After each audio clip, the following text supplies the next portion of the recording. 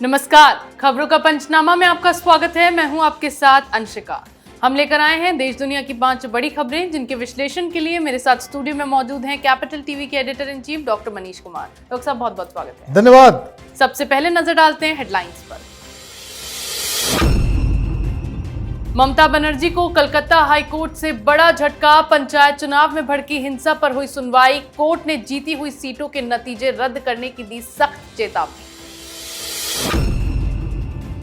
महाराष्ट्र में मंत्रिमंडल विस्तार पर चर्चा तेज। अमित शाह से मिलने पहुंचे अजीत पवार और प्रफुल्ल पटेल। शपथ के बाद से मंथन बरकरार। बेंगलुरु में होने वाली विपक्ष की बैठक से पहले सोनिया गांधी ने विपक्षी नेताओं को डिनर पर बुलाया। आम आदमी पार्टी को भी कॉल कर किया आमंत्रित। 17 जुलाई को 24 दल बैठक में होंगे शामिल। सौरभ भारद्वाज ने केंद्र सरकार पर लगाया पार्टी मुख्यालय की जासूसी का आरोप। आप नेता ने जारी की सीसीटीवी फुटेज। भाजपा ने आरोपों का किया खंडन। तीसरे दिन भी हंगामे की भेंट चढ़ी बिहार विधानसभा की कार्रवाई। बीजेपी ने उठाई तेजस्वी के इस्तीफे की मांग। लैंड फॉर जॉब मामले में 8 अगस्त तक टली सुनवाई।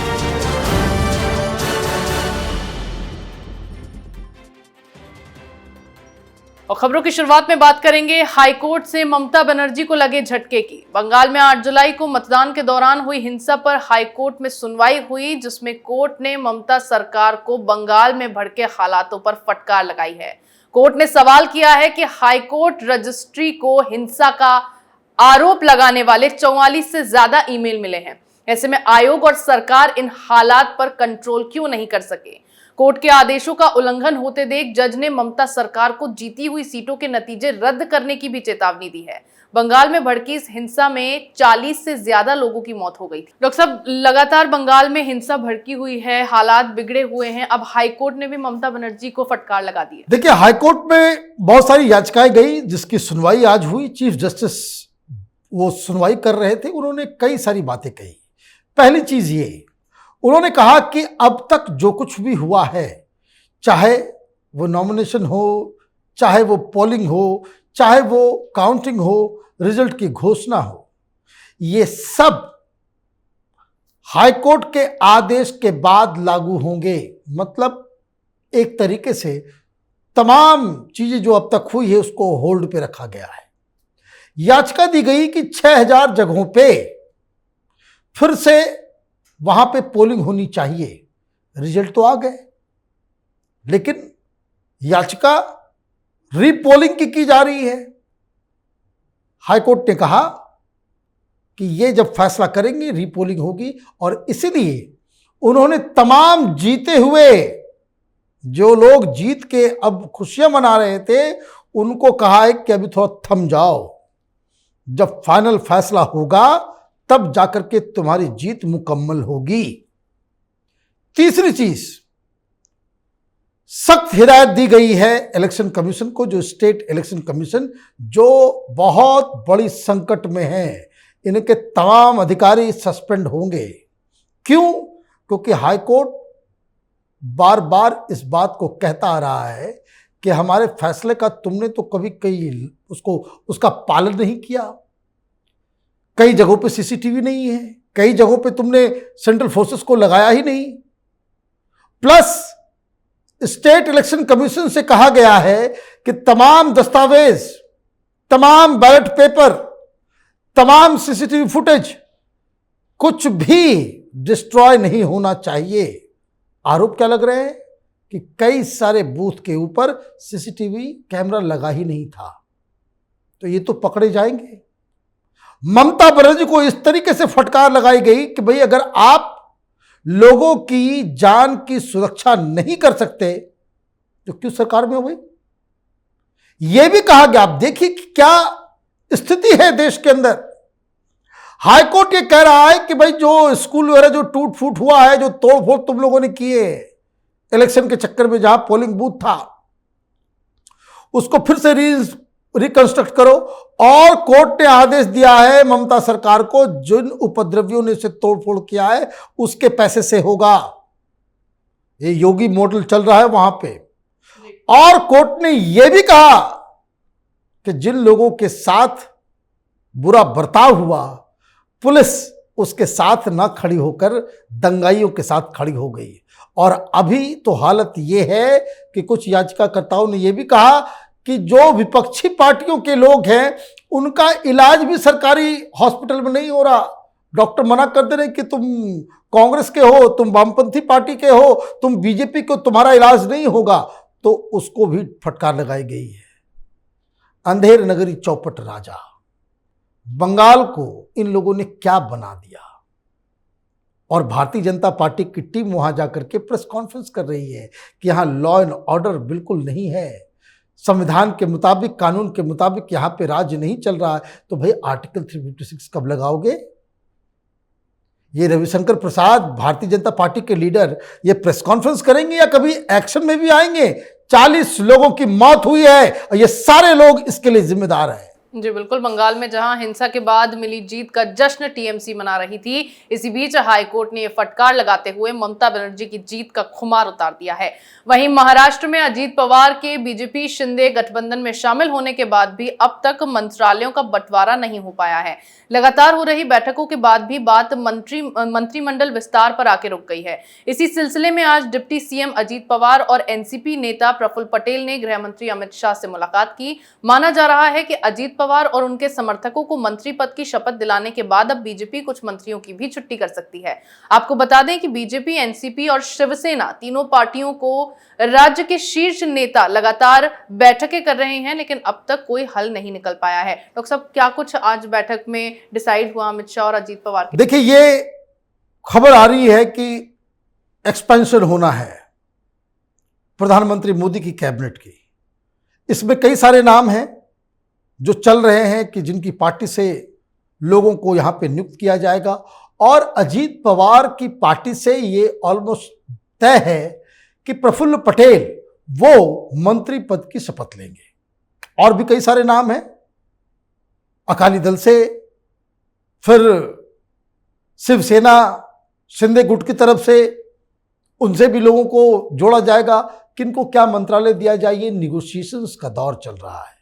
एक तो अजीत पवार गुट को 9 लोगों को शपथ दिलाई गई है।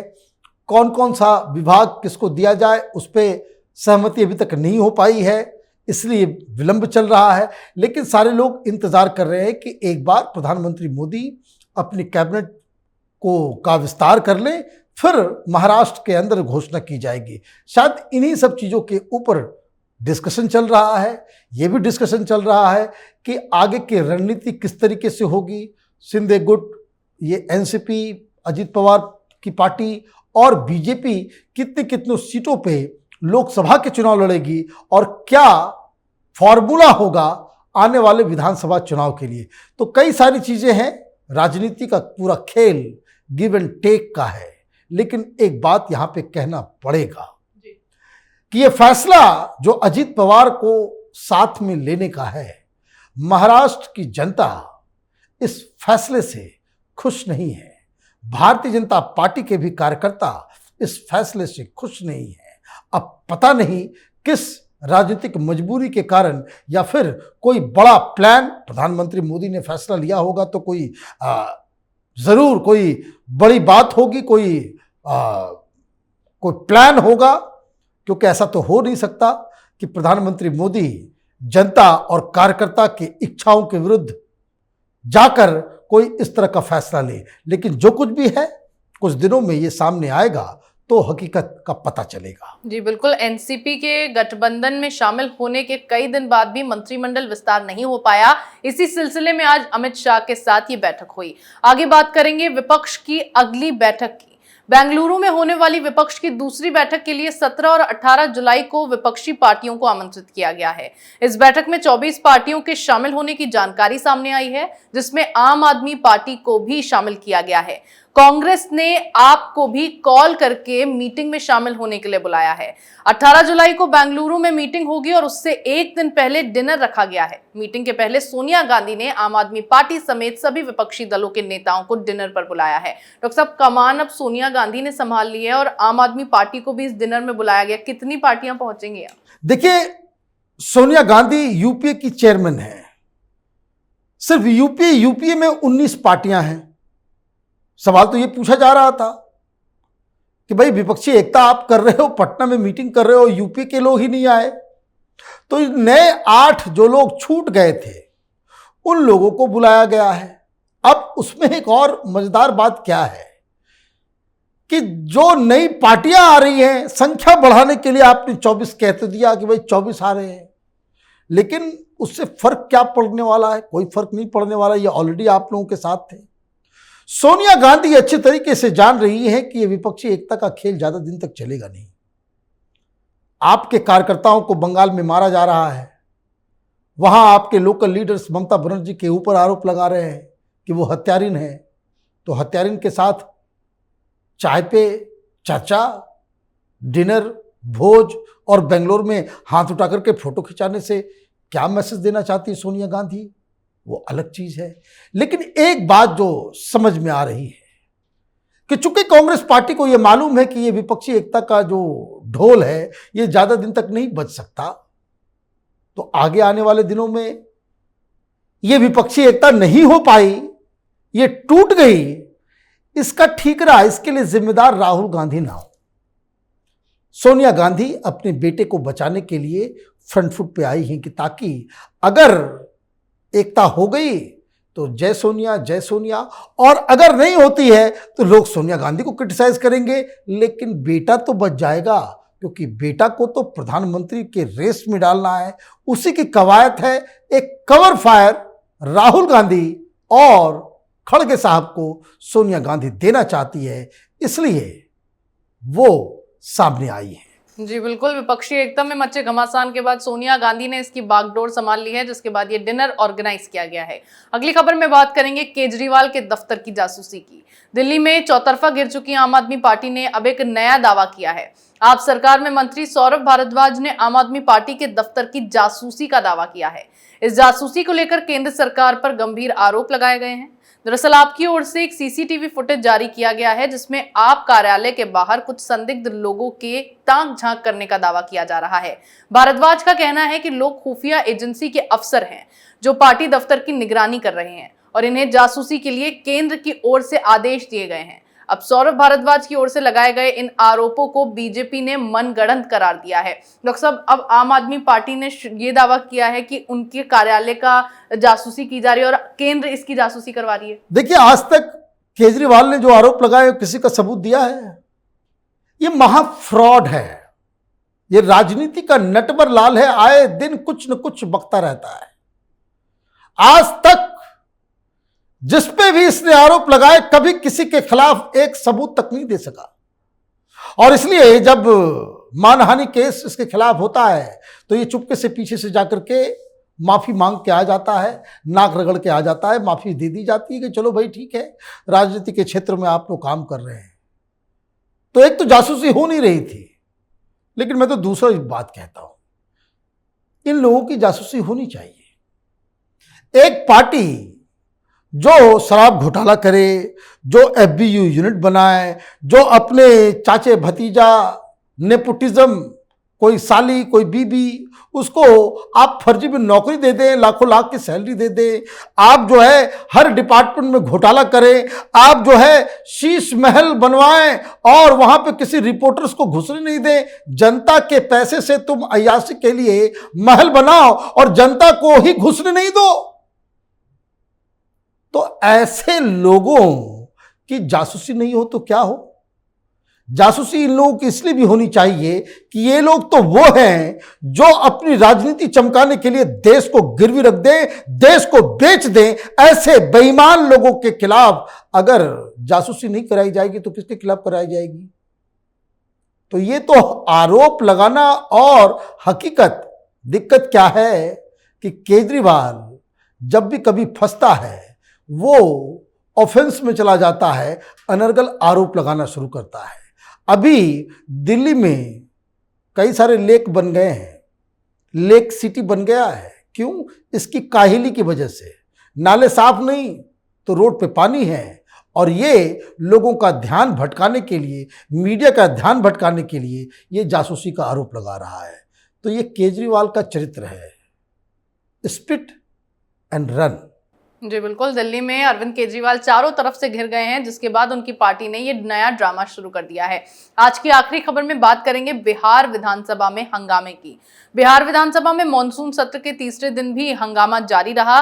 भाजपा का उप मुख्यमंत्री तेजस्वी यादव के इस्तीफे की मांग पर अड़ी रही, जिसके बाद सदन को स्थगित कर दिया गया। दूसरी तरफ लैंड फॉर जॉब मामले में आज फिर से राउज एवेन्यू कोर्ट में सुनवाई हुई, जिसे सुनवाई को 8 अगस्त तक के लिए टाल दिया गया है। आपको बता दें, चार्जशीट में तेजस्वी यादव के अलावा पूर्व रेल मंत्री लालू यादव, बिहार की पूर्व मुख्यमंत्री राबड़ी देवी समेत 14 लोगों का नाम शामिल है। डॉक्टर साहब, एक तरफ तो लैंड फॉर जॉब मामले में सुनवाई को टाल दिया गया और तीसरे दिन भी विधानसभा की कार्रवाई हंगामे की भेंट चढ़ गई। भाई चलना ही चाहिए। आपका उप मुख्यमंत्री चार्ज सीटेड हो गया है। ये किस तरह की पॉलिटिकल मोरालिटी है? ये सब अभी विपक्षी एकता के लिए जाएंगे। डेमोक्रेसी बचाओ। डेमोक्रेसी कौन बचाएगा? डकैत बचाएंगे, चोर बचाएंगे, घोटालेबाज बचाएंगे इस देश की डेमोक्रेसी को? ऐसे तो बड़ी बड़ी बातें करते हैं ये लोग। एक सवाल जो कंफ्यूजन सारा खत्म कर देगा। मान लीजिए योगी आदित्यनाथ को किसी घोटाले के केस में चार्जशीट कर दिया गया होता, ये चलने देते? कोई नहीं चलने देगा। कोई नहीं चलने देगा। आप पिछली बार आरोप सिर्फ लगे थे, नीतीश कुमार ने गठबंधन तोड़ लिया था।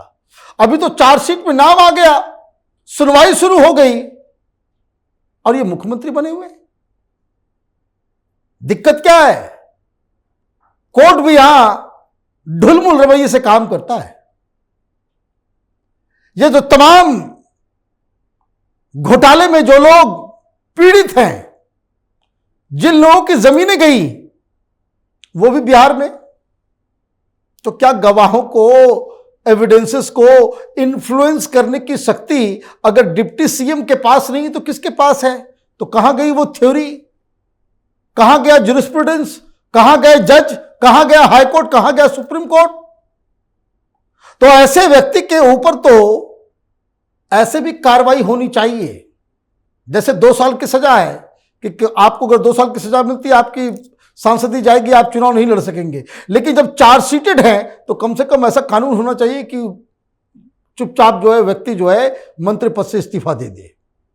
भाई आपने एक इस्तीफा लिया है, अभी तो आपने एक इस्तीफा लिया है। जब सरकार बनी, नीतीश कुमार जैसे ही आए तो मालूम चला कि एक मंत्री जिसको बनाया था उसका नाम, उसके ऊपर आरोप लगा हुआ है। तो आपने इस्तीफा लिया ना भाई।